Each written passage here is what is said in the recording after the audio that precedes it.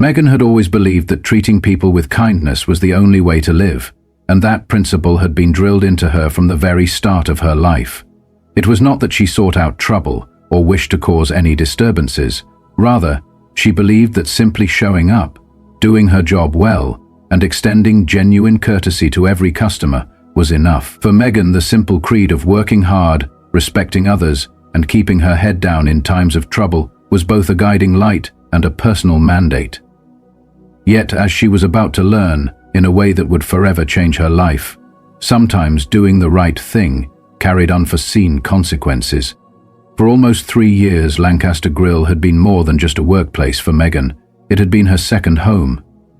Nestled on the east side of Columbus, Ohio, the diner was hardly fancy.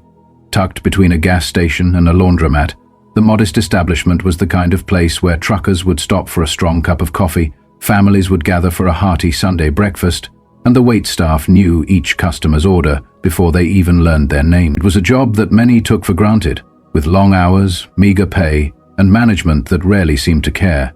Yet Megan remained there, steadfast and reliable, driven by the need to pay her bills, support her high rent on a tiny one-bedroom apartment, and help her younger brother Evan as he navigated his second year of college. Evan never knew that behind his textbooks and groceries was a sacrifice Megan made without complaint, sending him a little extra money whenever their mother could not provide.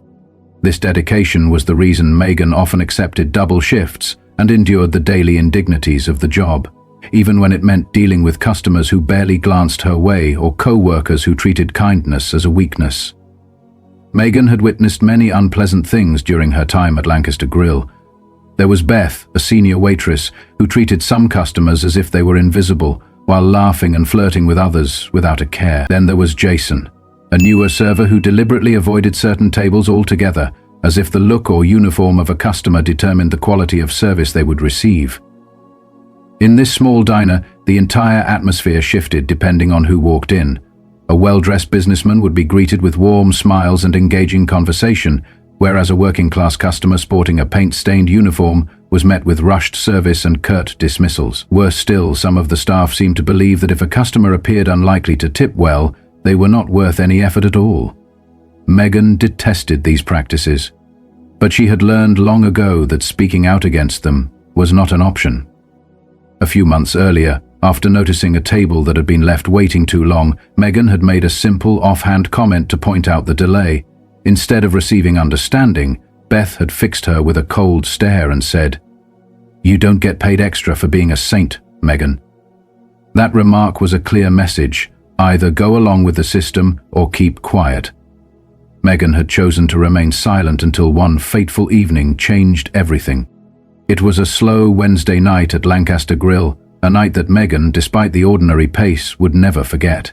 Fewer customers meant fewer complaints, fewer spills, and fewer forced smiles from her co-workers, who only became charming when it suited them. Standing at the counter, Megan refilled the sugar dispensers when the bell above the door jingled. In walked an older black gentleman, his clothes neat yet slightly worn. Nothing extravagant, just a simple button-up shirt and slacks. He carried himself with a quiet confidence, and there was something in the way he took a deliberate pause to scan the room that caught Megan's attention. She recognized that hesitation immediately. It was the kind of look that often appeared on the faces of customers who already knew what sort of welcome to expect. Almost instantly, the response from her co-workers confirmed her suspicions. Beth, leaning casually against the counter, did not even bother to look up from her phone, and Jason, who had been laughing with a fellow server near the drink station, merely exchanged a fleeting glance with the newcomer before resuming his conversation. No greeting, no acknowledgement. A silence that spoke volumes. Megan felt the oppressive weight of that silence settle around her. There was no accident in it. Her co-workers had consciously chosen not to extend the courtesy the customer deserved. For a moment, Megan considered keeping her head down and avoiding any confrontation, as she had done many times before. Yet as she glanced back at the man, the way he stood, silently daring them to prove him wrong just this once, Megan made a decision. Wiping her hands on a napkin, she grabbed a menu and strode directly over to him. "Good evening, sir," she said in a warm but steady tone. "Just you tonight?"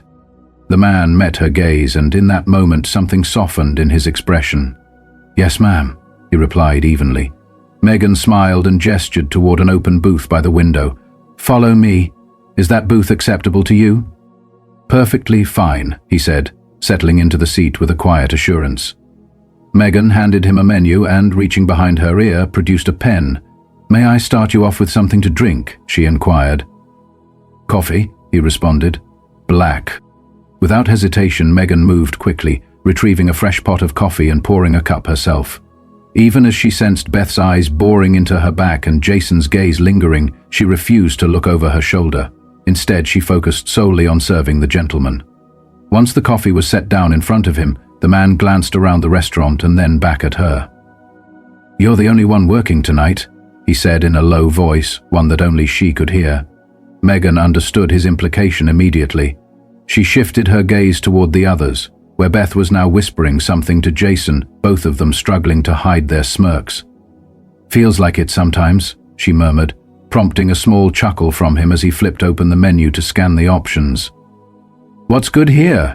he asked, raising an eyebrow in inquiry. Megan tilted her head thoughtfully and replied, "It depends on what you're in the mood for. If you want something hearty, our pot roast is made fresh. But if you prefer something lighter, my personal favorite is the grilled salmon." The man's eyebrow arched further. "That's so?" he questioned. Megan nodded confidently. "I promise, you won't regret it." A small, genuine smile spread across his face as he said, "Salmon it is." Megan jotted down his order with practiced ease and returned to the kitchen. However, as she passed by, she caught a barely audible mutter from Beth. "She's wasting her time." Megan's jaw clenched, but she continued on without a backward glance. By the time she returned with a fresh refill of coffee, she sensed that the atmosphere had subtly shifted. Beth's eyes had narrowed perceptibly, and Jason kept stealing glances toward the booth, as if waiting for Megan to falter or say something off limits. Even Tom, the manager, had peeked out from his office to scan the room before disappearing again. An unsettling feeling gripped Megan, a premonition that she had unwittingly made herself a target. Yet she couldn't know the full extent of the backlash until the next morning. That night, sleep had eluded her. Each time she closed her eyes, she recalled the way Beth had muttered under her breath, the way Jason had smirked, and the furtive look Tom had given her. Despite her inner reassurance that she had done nothing wrong, indeed she had simply performed her duty as a waitress, her stomach churned with unease. So when the morning came and Megan pulled into the Lancaster Grill parking lot, the air was crisp, and the sun was only just beginning to reveal itself above the skyline. Grabbing her apron from the passenger seat and draping it over her shoulder, she noted that a few cars, including Tom's, were already parked in the lot. Stepping into the diner, Megan expected to see the usual sight. Beth and Jason chatting idly at the counter, the kitchen crew busily prepping for the morning shift, and the soft hum of the radio filling the background. Instead, something felt off. Beth was not casually leaning against the counter as she usually did, and Jason was not busy making coffee or cracking his customary jokes with the line cooks. Rather, both of them were standing rigidly, eyes fixed on Megan. Beth's face wore a sly, knowing smile, while Jason's arms remained crossed in a posture of silent judgment. As Megan's grip on her apron tightened, the sound of a door creaking open announced the arrival of Tom. He emerged from his office, his gaze fixed on her, as if he had been waiting for this very moment. "Megan," Tom said flatly, his voice devoid of warmth, "come with me." A cold pit formed in her stomach as she obeyed. Without a word, Tom turned and led her to the back of the diner. Along the way, Megan could still sense Beth and Jason's eyes burning into her back. She swallowed hard, steeling herself for what lay ahead, and followed him into a cramped office whose desk was cluttered with paperwork and smeared with old coffee stains. A file lay open before Tom, yet he did not seem to be reading it. Instead, he leaned back in his chair, exhaled slowly, and finally spoke the words that struck her like a physical blow. "We're letting you go." Those 3 words hit Megan with the force of a slap. Her mind raced, trying to understand what she had just heard. Tom's face remained impassive, his expression unreadable. "It's not working out," he repeated in a monotone. Megan's heart pounded in her chest as she fought to make sense of the situation. "Not working out," she echoed, incredulously. With a short, humorless laugh that belied her inner turmoil, she retorted, I've been here for almost 3 years. I've never missed a shift, and I've never been late. Tom merely exhaled through his nose, as if weary from this very conversation. It's a decision we've made, he stated flatly. Megan knew immediately what he meant, and her throat tightened with a mix of humiliation and disbelief. This is because of last night, isn't it? She ventured softly, her voice barely audible. Tom did not confirm with words. His silence was all the confirmation she needed. Heat crept into her cheeks as the realization sank in. She was being fired for doing her job, for treating a customer with kindness. Tom's fingers tapped restlessly against the desk as he continued. You can collect your final paycheck next week. There was nothing more to say. No warning, no explanation, just the stark reality that she was being cast aside. Megan clenched her fists, knowing that arguing would be futile. Slowly, she untied her apron and placed it on a chair before turning to leave. At the door, she paused and looked back at Tom, her voice steady despite the storm raging inside her. You know this isn't right, she said. Tom remained unmoved, his expression as impassive as ever. With one last shake of her head, Megan stepped out of the office and back into the main dining area. Beth stood near the counter with a self-satisfied expression, and Jason pretended to wipe down a table while the glint of satisfaction in his eyes was impossible to ignore. They had been waiting for this moment. Megan's face burned with a mix of anger and humiliation, anger at the injustice of it all, and humiliation at the satisfaction her co-workers seemed to derive from her misfortune. Yet, despite the burning desire to lash out, to confront them and demand an explanation, she held her tongue. She would not give them the satisfaction of a scene. Lifting her chin high, Megan walked past them in silence and pushed through the diner's doors into the cold, unforgiving morning air. For the first time in 3 years, she found herself without a job, without a paycheck, and without a backup plan. Climbing into her car, she slammed the door shut and gripped the steering wheel so tightly that her knuckles turned white. Questions flooded her mind. How was she going to pay rent? How would she help Evan with his groceries? How would she ever recover from this blow? As if on cue, her phone buzzed in the silence of the car. At first she ignored it, her thoughts lost in a spiral of despair, but soon she glanced at the screen and saw an unknown number flashing. Hesitating for a moment, she answered with a shaky hello. On the other end of the line came a deep, steady and familiar voice. Megan, this is Richard Lawson. Megan frowned in confusion. I'm sorry, who is this? She asked, her heart skipping a beat. The voice continued, the man you served last night at Lancaster Grill. Suddenly, Megan's breath caught in her throat as she straightened in her seat. Oh, yes, sir, how can I help you? She managed to say, though her voice trembled. After a brief pause, Richard's tone took on a weightier note. I heard what happened, he said.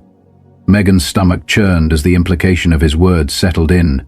News traveled fast in a place like Lancaster Grill. Of course, she replied with a bitter laugh. I guess I should have just ignored you like everyone else. Then came the words that made her freeze. That's exactly why I'm calling, Richard said firmly, because this isn't the end of your story, it's only the beginning. Megan's grip on the phone tightened as her mind struggled to process his words. She had always assumed Richard Lawson was just another customer, a man who happened to stop by for dinner. But now, as his tone grew more deliberate, it became clear that there was something more. I'm sorry, what do you mean? She asked, her voice catching in her throat. There was another pause, and then Richard's voice, calm and measured, filled the silence. I wasn't there merely for dinner last night, Megan. I was there to observe how my employees treat people. Megan blinked in astonishment. Your employees? She repeated in disbelief. I don't understand. Let me make it simple, Richard said slowly. I own Lancaster Grill, and last night I visited the restaurant unannounced, as a regular customer, to learn the truth about how the establishment was being run. Megan's mind raced as she tried to absorb his words. You own this place? She asked, her voice barely above a whisper. Yes, Richard replied simply. I come in without any formal inspections or warnings, just to see how my business is truly operating. He continued, I wanted to determine whether the issues were merely about poor service or if they went deeper. There was a heavy silence on the other end of the line before he asked, "How long have you worked at Lancaster Grill?" "Almost 3 years," Megan answered, her voice tinged with both pride and resignation. "I've never missed a shift. I've never been late. I always do my job and treat people like human beings." She exhaled slowly, frustration seeping into her tone. "And apparently that was enough for them to fire me." "That's exactly why I'm calling," Richard said. "I let them fire you on purpose." Megan's heart sank. What? You let them throw me out just to see what would happen?" she stammered. Richard's reply was measured but firm. "I needed to see if this was about bad service or something deeper, and now I know exactly who I cannot trust to run my business." Megan's pulse pounded in her ears as she asked, "And what does that mean for me?" There was a brief pause before Richard's tone shifted, becoming both authoritative and resolute. "It means I need someone I can trust," he declared. "I need someone who understands what it means to run a restaurant fairly. A person who does not pick and choose who receives dignity based solely on appearance or background." Megan's brow furrowed as she tried to comprehend the implications of his words.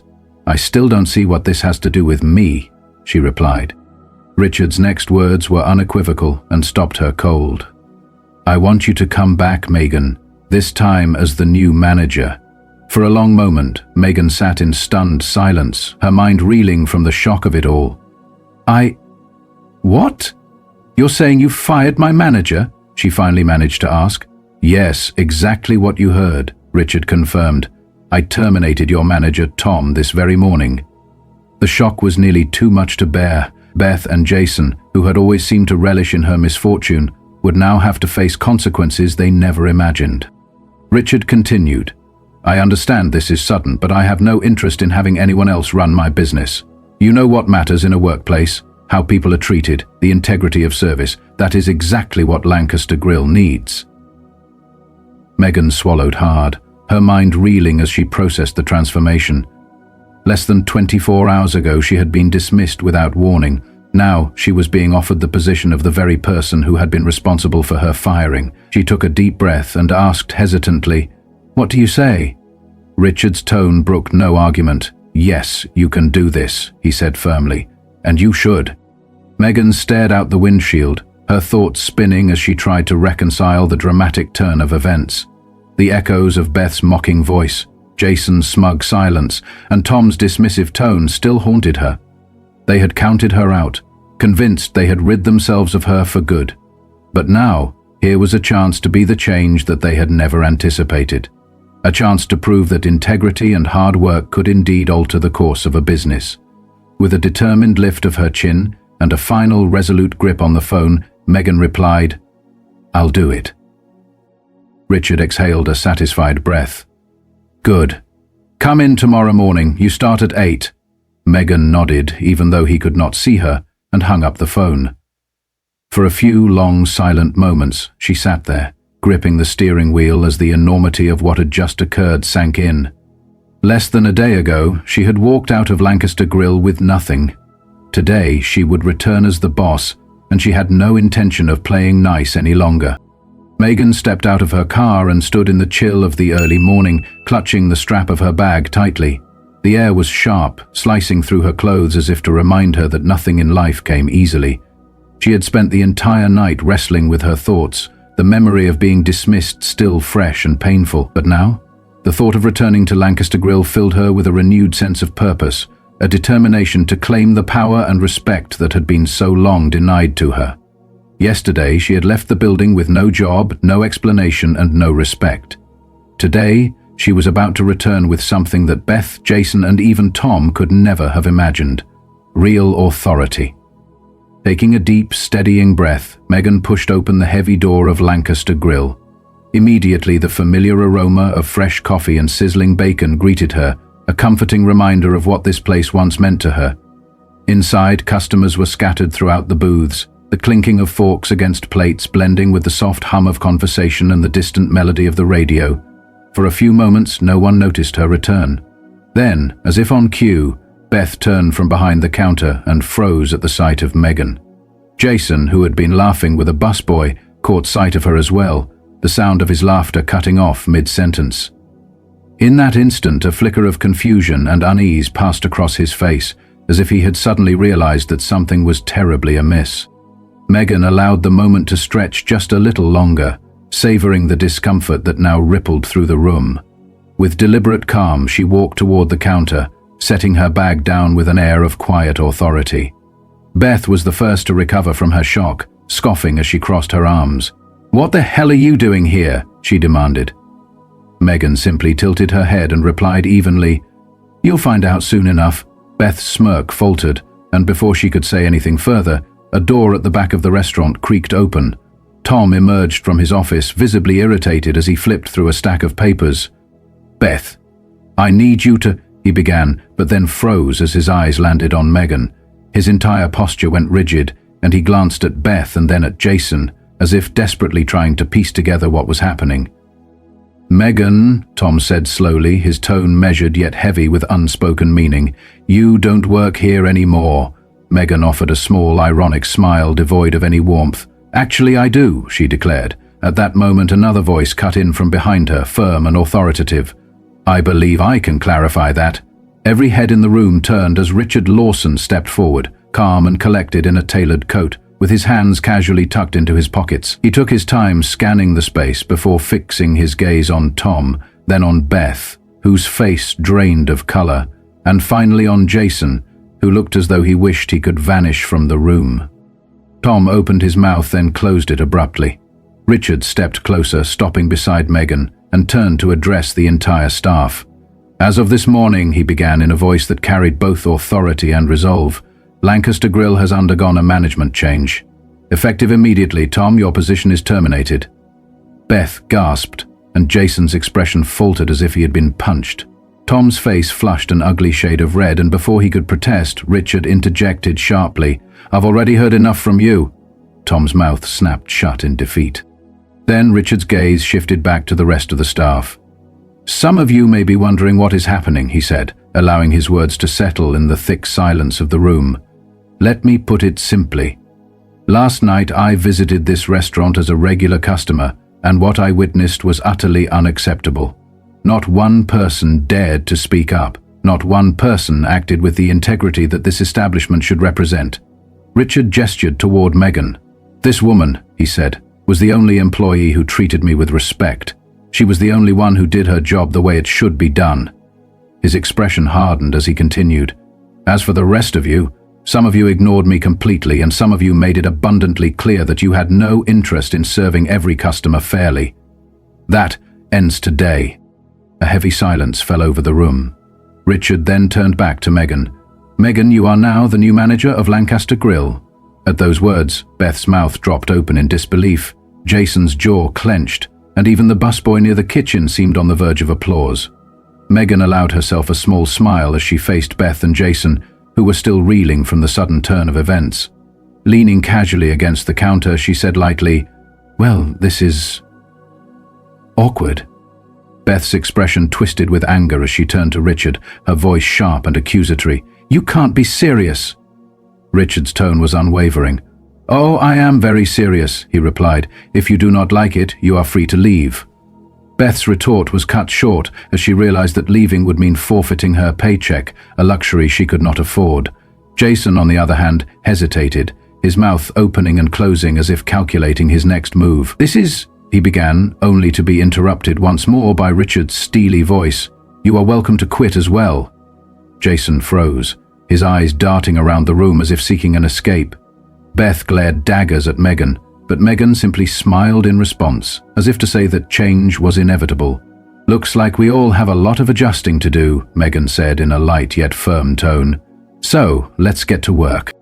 In the days that followed, Megan watched as Lancaster Grill slowly transformed. She observed Beth storming off to the coffee machine with angry mutterings under her breath, while Jason methodically wiped down tables with a stiffness that betrayed his inner turmoil.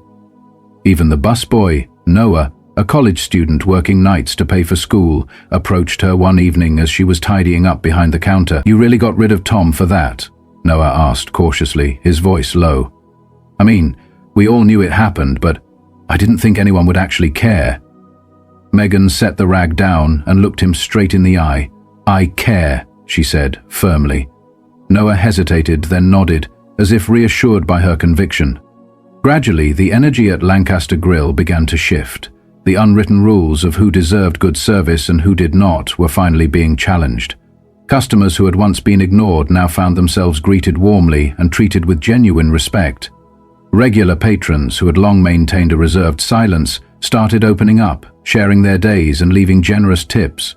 Even the staff, initially skeptical of the change, began to follow Megan's lead. In time, the atmosphere grew lighter. The tension that had once suffused every corner of the diner began to dissipate, replaced by a sense of purpose and fairness.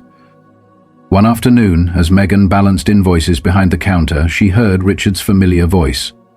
"How's my investment doing?" he inquired, causing her to set aside the paperwork with a small, confident smirk. "I think we're in good shape," she replied. Richard glanced around at the bustling restaurant, a place now alive with purpose and genuine smiles, not merely the pretense of service, and nodded in satisfaction. "Told you you'd be fine," he remarked. Megan leaned casually against the counter, acknowledging the irony of the situation. "You didn't exactly give me a choice, did you?" she said, with a wry chuckle. "No, you didn't," Richard responded, his tone light yet firm. "And honestly, sometimes doing the right thing isn't about having a choice. It's about making the choice, even when it costs you everything."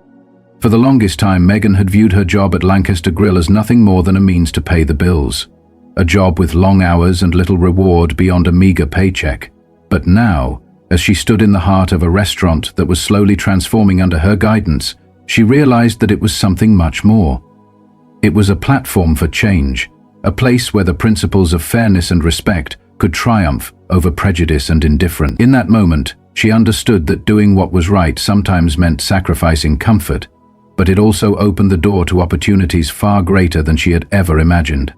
Reflecting on that fateful morning when she had left Lancaster Grill with nothing but a heavy heart and a determined spirit, Megan could hardly believe how quickly her life had changed. Within 24 hours, she had been given a chance to reclaim not only her job, but also her dignity. She was no longer just another waitress. She was now the person in charge, the one who would ensure that Lancaster Grill never again succumbed to the old ways of favoritism and neglect. Every detail, every action, and every word had led to this pivotal moment. It was as if the universe had conspired to reward her integrity with a second chance. A chance to make things right, to be the leader that the restaurant desperately needed.